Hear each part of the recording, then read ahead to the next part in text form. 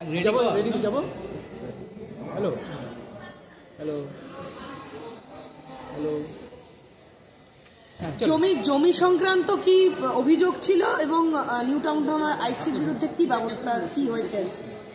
দেখুন, দীর্ঘদিন ধরে মামলার সওয়াল জবাব হয়েছে। এই মামলা নিয়ে প্রথম যখন আমরা কলকাতা হাইকোর্টে আসি, মহামান্য কলকাতা হাইকোর্টের সিঙ্গেল বেঞ্চে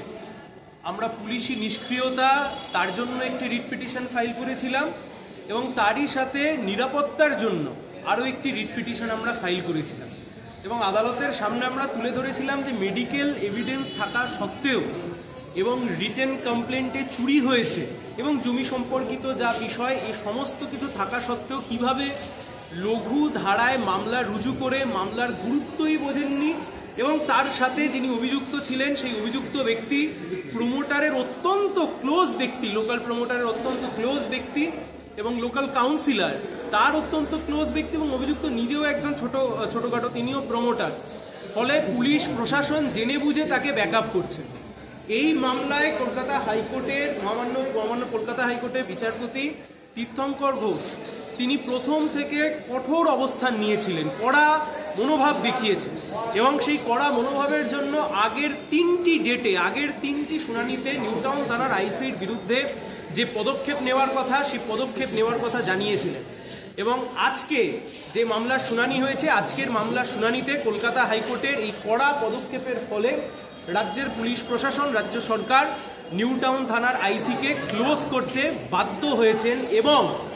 জামিন যেভাবে পাইয়ে দেওয়া হয়েছিল, কার্যত অভিযুক্ত ব্যক্তিদেরকে যেভাবে জামিন পাইয়ে দেওয়া হয়েছিল